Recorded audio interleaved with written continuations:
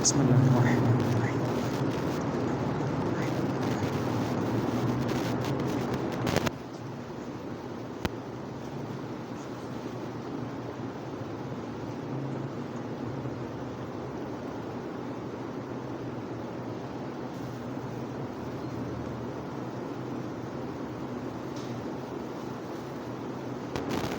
لا حول ولا قوة إلا بالله العلي العظيم۔ أعوذ بالله السميع العليم من الشيطان اللعين الرجيم۔ بسم الله الرحمن الرحيم۔ الحمد لله رب العالمين، الحمد لله الذي لم يتخذ صاحبة ولا ولدا ولم يكن له شريك في الملك ولم يكن له ولي من الذل وكبره تكبيرا۔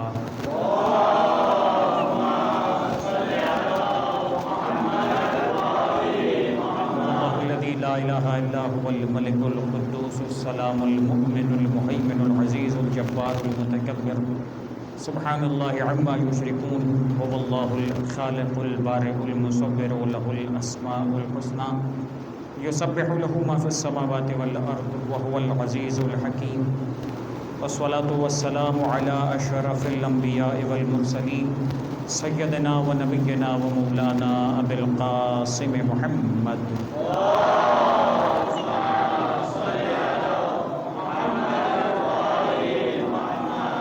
وعلى أهل بيته الطيبين الطاهرين المعصومين المنتجبين الميامين، لا سيما على بقية الله في الأرضين وحجته على العالمين الذين ذهب الله عنهم الرجس وطهرهم تطهيرا۔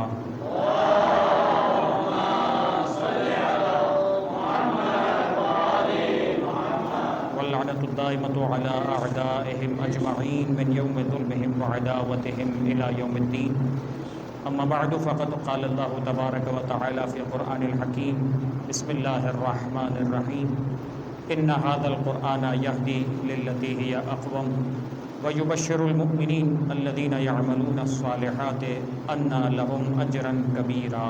صلوات۔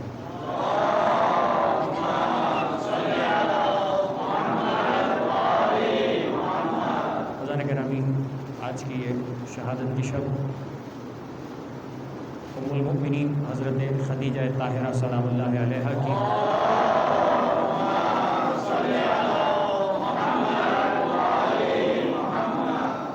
کہ جن کے جانے پر اللہ کے رسول کو صدمہ اتنا سنگین ہوا۔ بعض روایتیں بیان کرتی ہیں کہ 3 دن کا وقفہ تھا، بعض روایتیں اس سے کچھ زیادہ بیان کرتی ہیں، کچھ مہینوں کا وقفہ بیان کرتی ہیں، لیکن شہزادی خدیجۃ الکبریٰ اور حضرت ابو طالب یہ دونوں شخصیتیں اللہ کے رسول سے جدا ہوتی ہیں، اور اللہ کے رسول ان 2 صدمات سے اس قدر متاثر ہوئے کہ اس پورے سال کو عام الحزن قرار دیا۔ یہ لفظ تاریخ کا خود اس بات کی طرف اشارہ ہے کہ اللہ کے رسول جو ساری زندگی، اگر کہا جائے کہ 1 سال کوئی ایسا تھا جو صدمے کا سال تھا، تو وہ یہی اللہ کے رسول کی زندگی کا سال ہے کہ جسے صدمے کا سال کہا گیا۔ بس اللہ کے رسول کی زندگی میں شہزادی خدیجہ کا کردار کیا رہا، جناب ام المؤمنین نے کتنی قربانیاں دیں اور کیا کیا عظمتیں تھیں کہ جو پروردگار عالم نے اس شخصیت کو، اس ذات مقدسہ کو اور شہزادی خدیجۃ الکبریٰ کو عطا فرمائی۔ کچھ بہت مختصر کا تذکرہ آپ کے سامنے کیا جائے گا۔ جس آیت کو میں نے سرنامہ کلام کے طور پر پیش کیا، سورہ بنی اسرائیل کی 9ویں آیت ہے کہ جس میں خالق کائنات نے ارشاد یہ فرمایا، اِنَّ هَذَا الْقُرْآنَ، بے شک یہ جو قرآن ہے، یہدی للتی ہی اقوم، یہ ہدایت دیتا ہے ایسے راستے کی طرف کہ جو راستہ بہت مضبوط، بہت مستحکم، بہت مستقیم، سب سے زیادہ بہترین اور مستحکم راستہ ہے جس کی طرف یہ قرآن تمہیں ہدایت دے گا۔ اس قرآن کی ایک صفت یہ ماہ مبارک وہ ہے کہ جس کی ایک طرح سے فضیلت اور ایک تعارف پروردگار نے اسے قرآن کو قرار دیا. کبھی انا انزلناہ فی لیلۃ القدر کہہ کر کہ اس قرآن کو ہم نے لیلۃ القدر میں نازل کیا. کبھی اسی مہینے کی فضیلت بیان کر کے کہ شہر رمضان الذی انزل فیہ القرآن، یہ مہینہ وہ ہے کہ جس میں قرآن نازل کیا گیا. تو یہ مہینہ اور قرآن مجید ان دونوں کا ایک خاص ربط ہے، خاص تعلق ہے. اسی لیے ربیع القرآن کہا جاتا ہے اس مہینے کو. اس میں قرآن کی تلاوت کرنے سے متعلقہ بہت فضیلت، بہت تاکید اور بہت زیادہ ایمفسائز کیا گیا.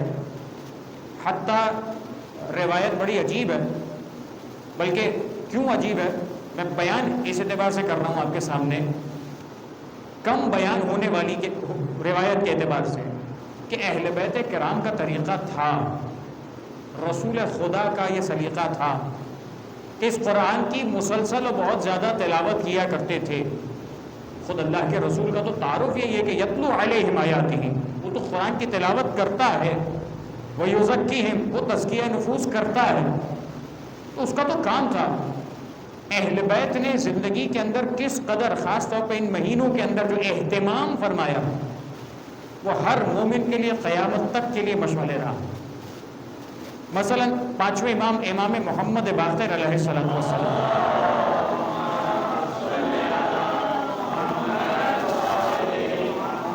ایک جملہ فقط فرمایا یہ گیا کہ ہر 3 روز میں ایک مرتبہ قرآن ختم فرمایا کرتے تھے. ہر 3 روز میں ایک مرتبہ، پانچویں امام کی زمانے.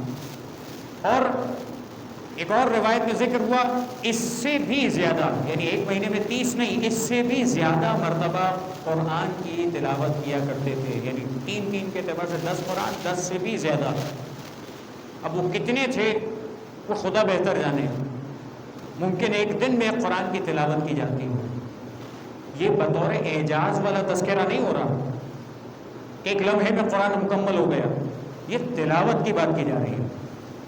جس تلاوت کرنے میں ایک انسان جس طرح سے الفاظ اور حروف اور مخارج اور ان تمام چیزوں کا خیال رکھ کے تلاوت کیا کرتا، پانچویں امام کے زمانے کا یہ تذکرہ ملتا ہے. بس یہ قرآن کہ جو ہدایت ہے ایسے راستے کی طرف کہ جو مضبوط بھی ہے، مستحکم بھی ہے، اقوم راستہ. بس یہ جو اقوم راستہ ہے، بہت مختصراً عرض کروں تو یہ اقوم راستہ یقیناً وہ ہوگا نا کہ جس اقوم اور مستحکم راستے کو پروردگار عالم نے اس انسانیت کے لیے دنیا کی بھی نجات کا باعث بنایا ہوگا، آخرت کی بھی نجات کا باعث بنایا ہوگا. اس لیے کہ کہیں اور تو پروردگار عالم نے ہدایت رکھی نہیں. اگر خدا نے ہدایت کا سلسلہ رکھا ہے تو اپنی کتاب کے ذریعے سے، اور یہ کتاب بھی ہم تک نہ پہنچتی اگر وہ نہ ہوتے کہ جن کے ذریعے سے یہ کتاب آ رہی تھی. بس جو کتاب لانے والے تھے جب تک انہیں تسلیم نہ کیا جاتا یہ کتاب بھی نہیں پہنچتی. تو کتاب کی ہدایت کا مقصد سمجھ میں یہی آ رہا ہے کہ کتاب تو ہدایت دے گی، لیکن بھلا مت دینا کہ جو کتاب لانے والا ہے وہی سمجھائے گا کہ اس کتاب کے معنی کیا ہے. اور اللہ کے رسول کی وہ حدیث ثقلین تو ہے ہی مشہور کہ جب جا رہے تھے تو 2 چیزوں کا اشارہ کیا کہ ایک اگر کتاب ہے تو دوسری میری فطرت ہے. میں تو جا رہا ہوں، میرے زمانے میں تو میں نے اس قرآن کو تمہیں سمجھا دیا، لیکن میرے بعد فقط کتاب مت تھامنا. کتاب تھام کر اپنی مرضی کی تشریحات و تفسیر میں مت پڑھنا. بس جب تک فطرت کا دامن نہیں تھامو گے تم کتاب کے ان اصول اور قواعد کو حاصل ہی نہیں کر پاؤ گے. یہ تو ہو گئی بات ایک عمومی بیسک عقائد کی. حتیٰ تلاوت بھی، جس تلاوت کے عمومی فوائد بیان کیے جاتے ہیں نا، کہ مثلا ایک روایت میں تذکرہ ہے کہ قرآن کی تلاوت کوئی انسان کرے تو اس قرآن کی تلاوت بعض روایات نے اس انداز سے بیان کیا کہ یہ وہ ہے کہ جو پروردگار عالم کی طرف سے نور ہے. قرآن یہ کتاب وہ ہے کہ جو پروردگار عالم کی طرف سے واضح نشانی ہے. سب چیزیں ذکر ہوئی، ساتھ میں یہ چیز بھی ذکر ہوئی.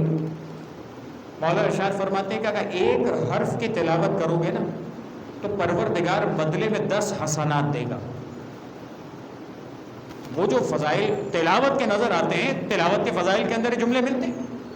اور پھر 10 حسنات کو سمجھانے کے لیے مولا نے یہاں پر اکتفا نہیں کیا، سمجھایا کہ میں نے حرف کی بات کی ہے، لفظ کی بات نہیں کی. ایمفسائز کتنا زیادہ، باریکی کتنی بیان کی، کہ میں نے لفظ کی بات کی ہے، حرف کی بات نہیں کی. حرف کی بات کی ہے، لفظ کی بات نہیں کی. مطلب کیا؟ مولا نے خود اشارہ کیا کہ دیکھو الف لام میم، سورہ بقرہ کا آغاز ہے، کہ یہ الف لام میم، ایسا نہیں کہ الف لام میم پر 10 حسنات ملیں گے، الف پر 10 ملیں گے، میم لام پر 10 ملیں گے، میم پر 10 ملیں گے. بس پروردگار عالم کے اس کلام کی تلاوت اور مولا کی یہ وضاحت خود سمجھا رہی ہے کہ یہ قرآن کتنا اہم ہے ایک مکلف کے لیے، ایک انسان کے لیے، ایک مومن کے لیے، کہ جو تلاوت کرے، ایک حرف بھی پڑھے تو اس کا ثواب. بس اسی طریقے سے ایک حدیث اور عرض کروں، تھوڑی سی اور وضاحت ہو جائے گی، کہ جہاں پر امام حسن عسکری علیہ الصلوۃ والسلام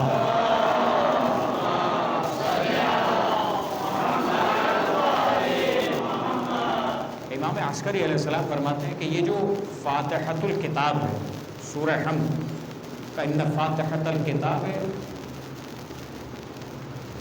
اشرف، یہ جو فاتحہ کتاب ہے من کنوز العرش، یہ جو عرش کے خزانے ہیں، ان عرش کے خزانوں میں سے سب سے اشرف ترین خزانہ ہے سورہ حمد. ایک سورہ حمد جسے نماز میں تلاوت کرنا واجب ہے، 10 مرتبہ ہر انسان، ہر مومن تلاوت کرے، یہ دن میں ضروری ہے. ہر 2 رکعت میں یہ سورہ حمد تو آنا ہی آنا ہے. کہ یہ اشرف من کنوز الارض.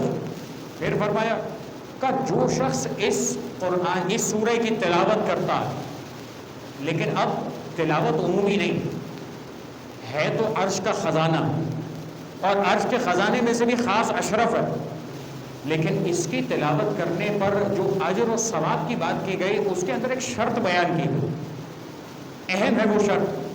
فرمایا کہ جو شخص تلاوت کرے اس کی، لیکن ساتھ میں اگر معتقداً لولایت محمد و آلہ، جب تک محمد و آل محمد کی ولایت کا اعتقاد رکھتے ہوئے پڑھے، تب پروردگار اجر عطا کرے.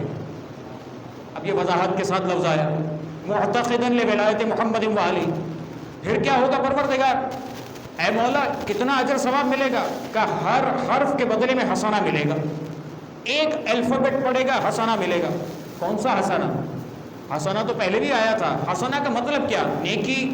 اچھا نیکی کا مطلب کیا؟ اجر ثواب. وہ تو ہم بھی کہتے ہیں، مثال کے طور پہ بچے کو کہتے ہیں ایک گفٹ ملے گا. وہ گفٹ چھوٹا بھی ہو سکتا ہے، بڑا بھی ہو سکتا ہے، کم بھی ہو سکتا ہے، زیادہ بھی ہو سکتا ہے. کتنا گفٹ؟ وہ حسنہ کیا چیز ہے؟ کہ وہ حسنہ یہ ہے کہ جو افضل من دنیا و وما فیہا، کہ یہ جو حسنہ ہے جو پروردگار عالم عطا کرے گا ایک حرف کے بدلے میں، کہ وہ ایسی ہوگی کہ جو دنیا سے بھی اور دنیا کے اندر جو کچھ ہے ان تمام چیزوں سے جو افضل قرار دی جائے گی، وہ ایک حسنہ قرار دی جائے گی. اب ایک حسنہ کے وضاحت مولانا امام عسکری علیہ السلام نے فرما دی کہ اس دنیا کے اندر جو کچھ ایسے مراد کیا. مولا نے پھر اس کی وضاحت دی من اصناف اموالها و خیراتها، جو اس دنیا کے اندر جتنا مال پایا جاتا ہے، مال صرف روپیہ تو نہیں، صرف سونا تو نہیں ہے، صرف چاندی تو نہیں ہے، صرف گھر تو نہیں ہے، صرف گاڑی تو نہیں ہے، مال تو کتنی چیزیں کہ جتنے بھی قسم کے اموال دنیا میں پائے جاتے ہیں نا، ان تمام اموال کو جمع بھی کر دو، اور جتنے بھی خیرات اس دنیا میں پائے جاتے ہیں ان کو بھی جمع کر دو. کہ ان سب سے افضل اگر کوئی چیز ہو سکتی ہے تو وہ حسنہ ہوگی جو ولائے محمد و آل محمد رکھ کر ایک مومن کی زبان سے سورہ حمد کا ایک حرف نکلے گا، پروردگار اس کے لیے قرار دے گا. یہ پڑھنے والے کا ثواب. فرمایا جو اس تلاوت کو سنے گا پروردگار اس کے لیے بھی وہی قرار دے گا. اور پھر آگے مولا نے آخر میں تاکید کی فَلْيَسْتَكْثِرْ أَحَدُكُمْ، تم میں سے ہر ایک کو اس خیر کی طرف زیادہ سے زیادہ بڑھ کر کوشش کرنی چاہیے. یہ بات ہو رہی ہے عمومی طور پر، ابھی ماہ مبارک کا کہیں تذکرہ نہیں ہے اس روایت کے اندر. جب عام مہینوں میں اس سورے کی تلاوت کا اتنا اجر و ثواب ہے تو پھر ماہ مبارک میں ثواب کتنا ہوگا. یعنی اگر انسان تلاوت مثال کے طور پر ایک خاص وقت میں کرتا ہے، صبح کے وقت میں، شام کے وقت میں، دن کے وقت میں، رات کے وقت میں قرآن کھول کر تلاوت کر رہا ہے، لیکن جب تلاوت قرآن مجید ہاتھ میں نہیں ہے کیا کرے؟ بہترین راستہ ہے، امام عسکری علیہ السلام فرماتے کہ اس کو زیادہ سے زیادہ پڑھو، کہ اس کو جتنا زیادہ پڑھتے چلے جاؤ گے دل میں ولائے آل محمد کا اعتقاد ہوگا، پروردگار تمہارے لیے حسنات میں اضافہ کرتا چلا جائے گا۔ صلوات پڑھ دیجیے محمد والے محمد۔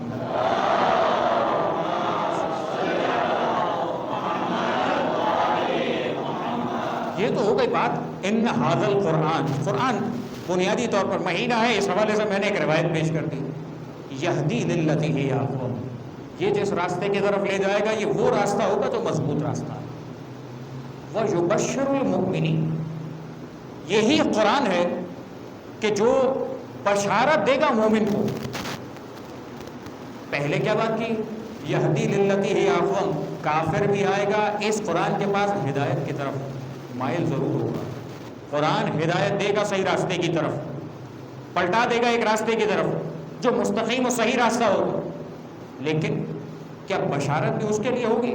کہ بشارت پروردگار نے یہ نہیں کہا وَيُبَشِّرُ النَّاسِ، یہ نہیں کہا کہ یبشر الفلاں، مثال کے طور پہ کوئی بھی مخلوقات میں سے تمام آ گئے، کہا نہیں، یبشر المؤمنین، قرآن بشارت دے گا ان کو کہ جو صاحب ایمان ہو۔ اب صاحب ایمان میں نے پہلے بیان کر دیا روایت کے ذیل میں کہ جسے خدا صاحب ایمان قرار دیتا ہے اس کے منہ سے نکلنے والا ایک حرف بھی خدا کے یہاں اتنا بڑا اجر ثواب رکھتا ہے۔ بس یہ جو صاحب ایمان ہے، یہ صاحب ایمان کیسی بشارت پائے گا؟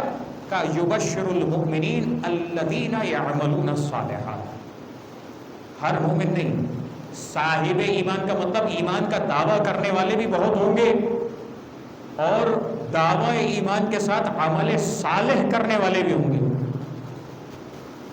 پروردگار یہاں پر الذین کہہ کر اور مختص کر رہا ہے، دائرہ اور تنگ کر رہا ہے۔ جو بشر المؤمنین الذین یعملون الصالحات، یہ وہ مومنین ہیں کہ جو عمل صالح کرنے والے ہوں۔ یعنی یہاں پروردگار ان لوگوں کا پتہ کاٹ دیتا ہے کہ جو فقط زبانی کلامی دعوے کرنے والے ہوں اور عمل صالح کی طرف نہ جائیں، مطلب یہ کہ ایمان ابھی اس درجے تک پہنچا ہی نہیں تھا کہ جس درجے پر پروردگار عالم نے چاہا ہے۔ اگر انسان کا ایمان اس درجے تک ہی نہیں پہنچا، اس کرائٹیریا تک ہی نہیں پہنچا، اس کو اتنا ایمان نصیب نہیں ہوا، اس کو ابھی تک خدا کی معرفت اور خدا کی توحید پر اتنا بھروسہ نہیں آیا کہ وہ خدا کی اطاعت اور عبادت کی طرف آ جائے، بس ابھی ایمان میں کجی اور کمزوری ہے۔ یہ عملون الصالحات یہاں تک پہنچنا، بس جب ایسی صورتحال آ جائے، ایسے مقام تک انسان پہنچ جائے، پھر پروردگار کیا کہتا کہ اب یہ قرآن کیا کرے گا؟ بشارت دے گا۔ کیا بشارت؟ ان لہم اجرا کبیرا، پروردگار کہتا ہے ان مومنین کے لیے پروردگار عالم اجر کبیر عطا کرے گا، ان کے لیے اجر کبیر رکھا ہے خدا نے۔ بس یہ جو اجر کبیر تک پہنچنا ہے نا انسان کو، یہ مسلسل انسان کی زندگی کی جد و جہد ہے۔ کسی مرحلے پر انسان اپنے آپ کو یہ کہہ کر رام نہ کر لے، یہ کہہ کر رک نہ جائے بس اب تو بہت ہو گیا، اب یہاں پر رک جاؤ، اب اتنا تو کر لیا، اب کیا کرنا ہے؟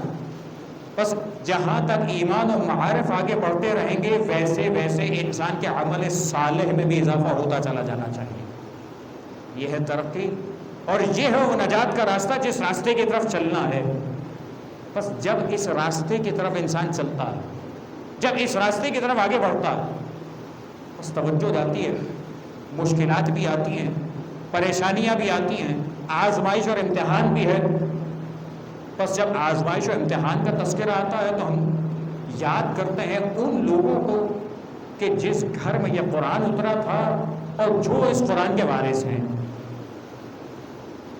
کہ جو اس قرآن کے وارث تھے، جتنی مشکلات انہوں نے برداشت کی کائنات میں دوسرا کوئی نہیں تھا جو ان مصائب کو جھیل گیا، جو ان مصیبتوں کو برداشت کر گیا۔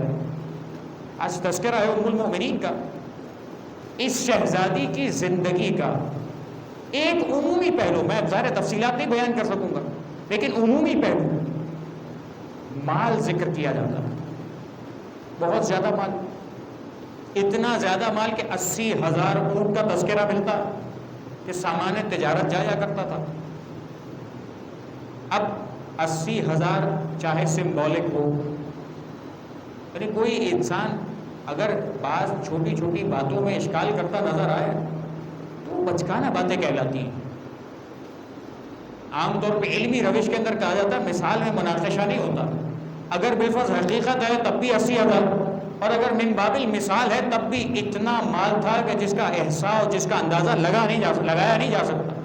بس اتنا مال تو تھا کہ جس کی گواہی غیروں نے بھی آ کر دی کہ جب اللہ کے رسول سے عقد ہوا تھا اور جب اللہ کے رسول کے سامنے وہ مال لا کر جمع کیا گیا تھا تو کہنے والے نے یہی جملہ کہا تھا کہ ہمارے درمیان اتنا سونا اکٹھا کر دیا گیا تھا کہ ہم ایک دوسرے کو دیکھ نہیں پا رہے تھے.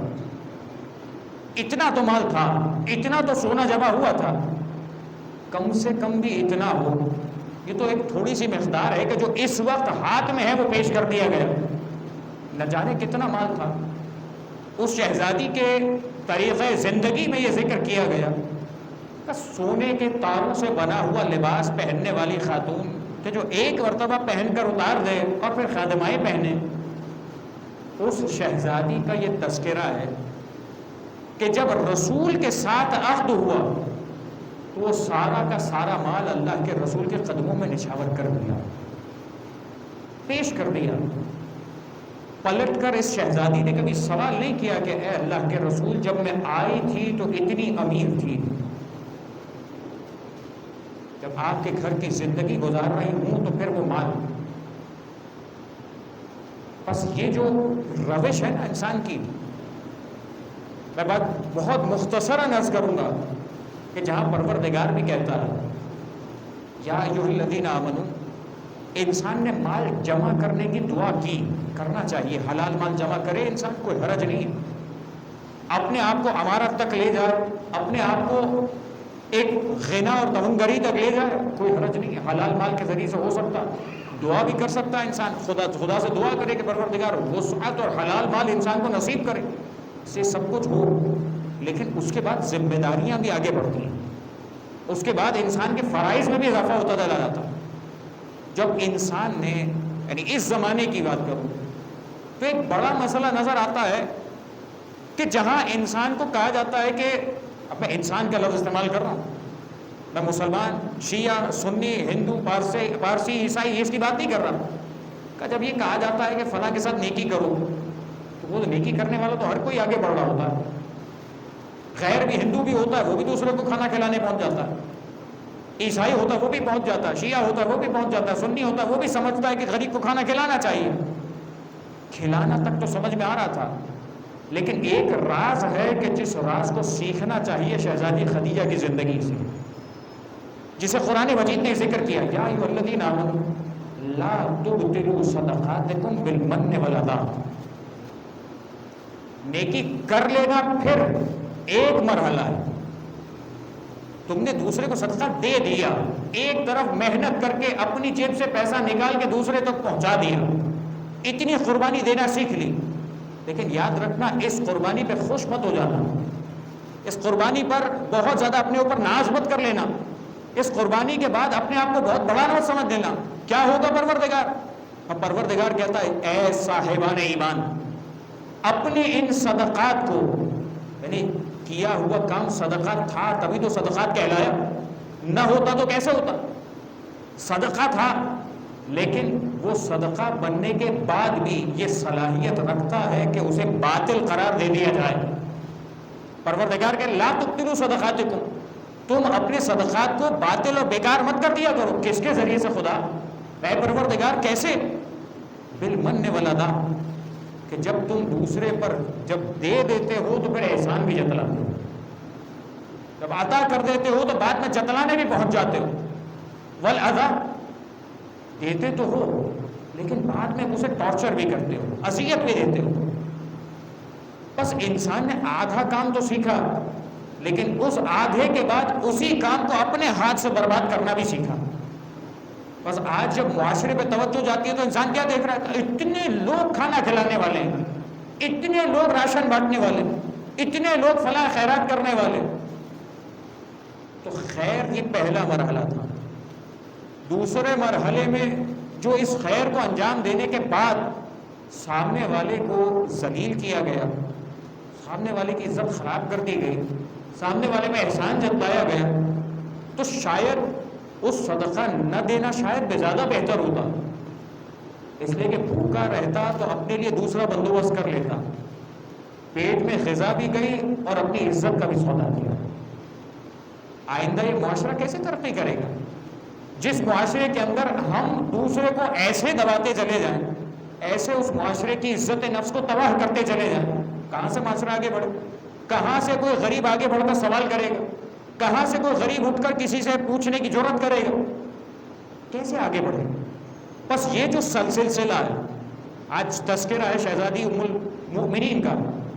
شہزادی خدیجہ کے پاس جتنا مال تھا اس کا تو تصور بھی نہیں ہے. جتنا مال انہوں نے خرچ کیا وہ احسان ہے حضرت خدیجہ کا. قرآن مجید نے یاد کیا کہ حبیب ہم نے آپ کو تندرست پایا تو آپ کو غنی کر دیا. یہ شہزادی خدیجہ کا دیا ہوا مال تھا کہ جب غنی کر دیا، جب یہ سارا مال رسول کے اس قدموں میں ڈال دیا گیا، رسول نے اپنے اوپر تو خرچ نہیں کیا، رسول نے اسی دین کی بنیادوں پر خرچ کیا. بس اس دین کی بنیادوں میں جیسے جیسے یہ مال خرچ ہوتا چلا گیا، کسی مال کی پاکیزگی کا عالم کیا ہوتا ہے؟ جتنا زیادہ پاکیزہ مال ہوتا ہے خرچ ہونے کے بعد اتنی ہی برکت دکھاتا ہے. اب کوئی کیسے کس طہارت کو پہچانے گا کہ جو شہزادی خدیجہ نے قربان کیا تھا مال قیامت تک رہنے والا اسلام اس بنیاد پہ پل گیا. بس یہ ہے مال کی طہارت. صلوات پڑھتے ہیں محمد والی.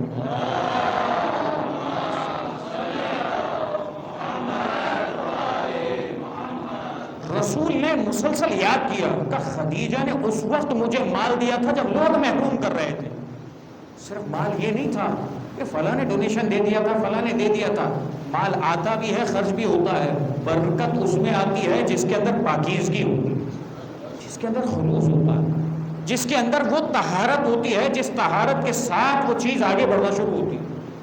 بس جو طہارت شہزادی خدیجہ کے مال میں تھی اور جو پاکیزگی اور خلوص ان کی دل میں، ان کی نیتوں میں تھا، بس وہ خلوص تو خدا نے ایسا پسند کیا کہ اللہ کے رسول نے بھی اسے سراہا، پروردگار عالم نے بھی. جب شہزادی کے تن پر کپڑے نہیں بچے تھے، موسیدہ کپڑا رہ گیا جو عرصے سے پہنا ہوا تھا، تاریخ نے یہ بھی لکھا نا کہ جنت سے پروردگار نے کفن بھجوایا تھا.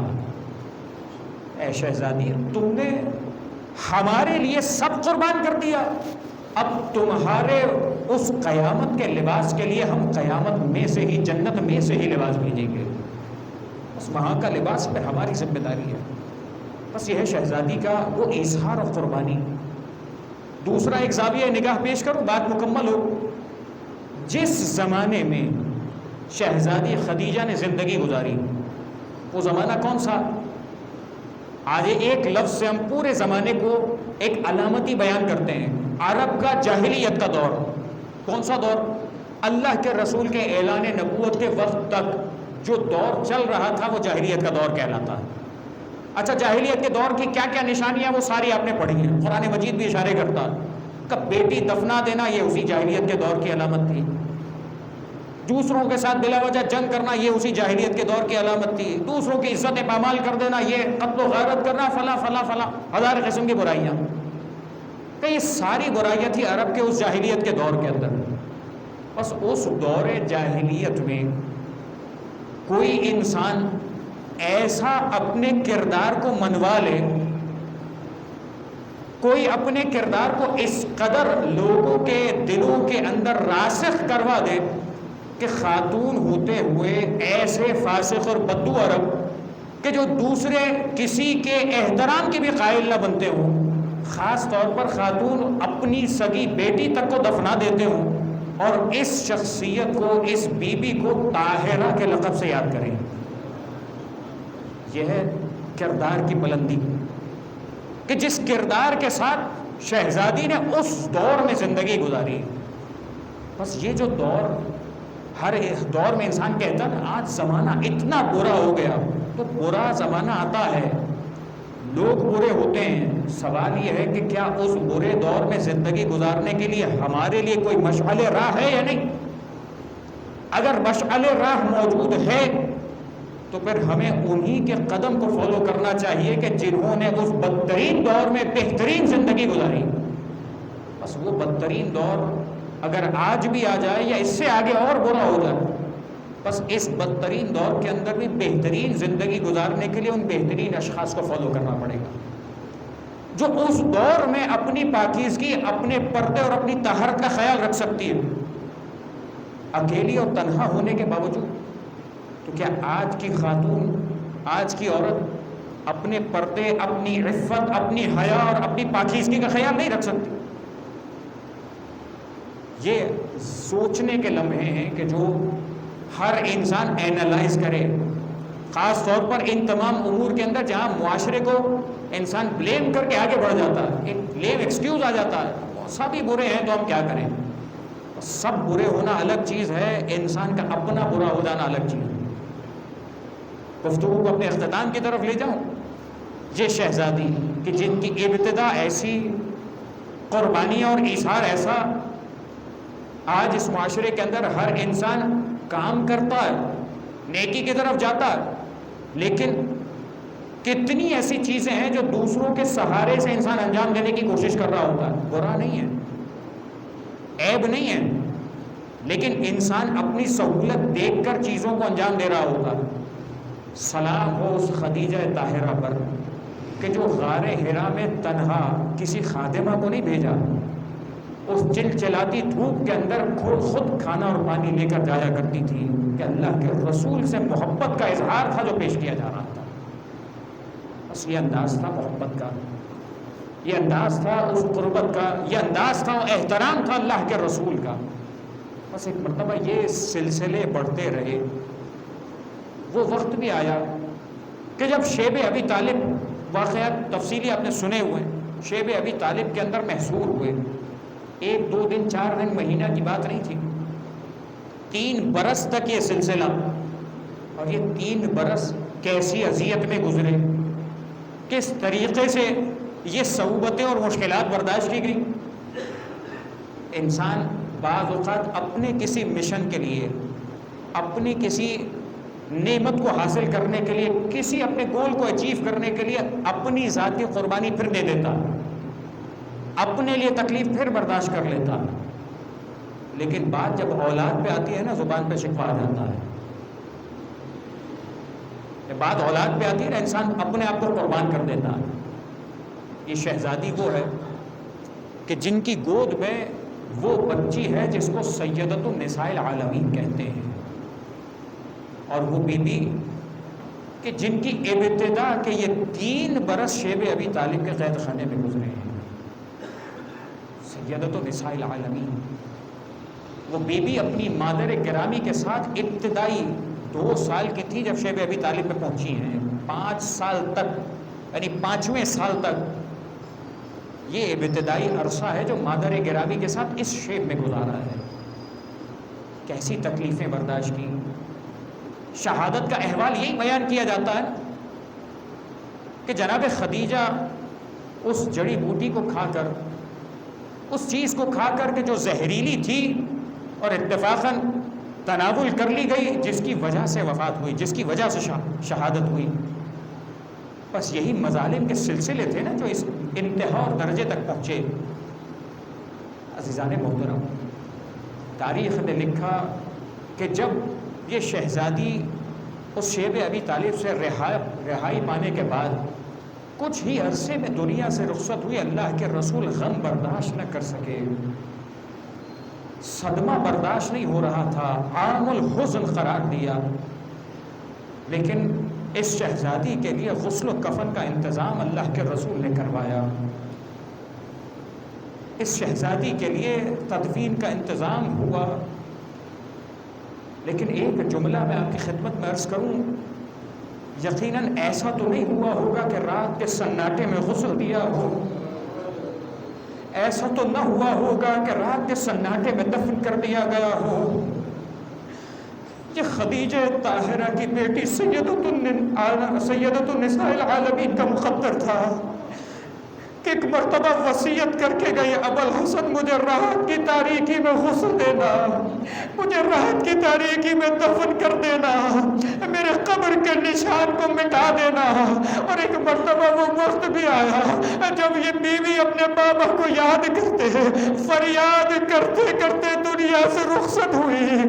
ایک مرتبہ رات کے سناٹے میں بچوں کو خاموش کروایا جاتا تھا، اے حسن اور حسین آہستہ گریا کرو، اے زینب ام کلثوم آہستہ گریا کرو، تمہاری ماں دنیا سے رخصت ہو گئی۔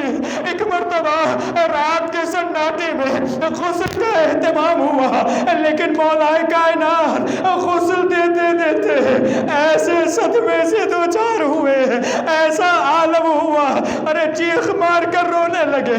ایک وقت وہ بھی آیا جب غسل دے دیا گیا، کفن دے دیا گیا، بچوں کو بلایا گیا، آخری ودا ہو گیا، لیکن جب تدفین کا مرحلہ آیا ایک مرتبہ تاریخ میں وہ جملہ بھی لکھا گیا کہ جب یہ جنازہ لے جایا جا رہا تھا کچھ خاص افراد تھے، رات کی تاریکی میں یہ جنازہ قبر کے حوالے کیا جا رہا تھا، زبان پر یہ جملہ تھا لقد استرجعت الودیعہ وأخذت الرحیلہ، اے اللہ کے رسول امانت واپس جا رہی ہے، یہ امانت واپس کر رہا ہوں۔ کیسے کس دل سے واپس کرے؟ ارے وہ جنت کا پھول تھا جو اللہ کے رسول نے دیا، آج یہ پھول واپس جا رہا ہے، پسلیاں ٹوٹی ہوئی، ارے بازو پر کوڑے کا نشان ہے۔ ایک مرتبہ کہنے لگے اما لیلی فمسہر واما حزنی فسرمن، اے اللہ کے رسول اب میری راتیں جاگ کر گزرے گی، اب علی کا حزن ہمیشہ قائم رہے گا، اب یہ صدمہ تا زندگی علی بھولا نہ سکے۔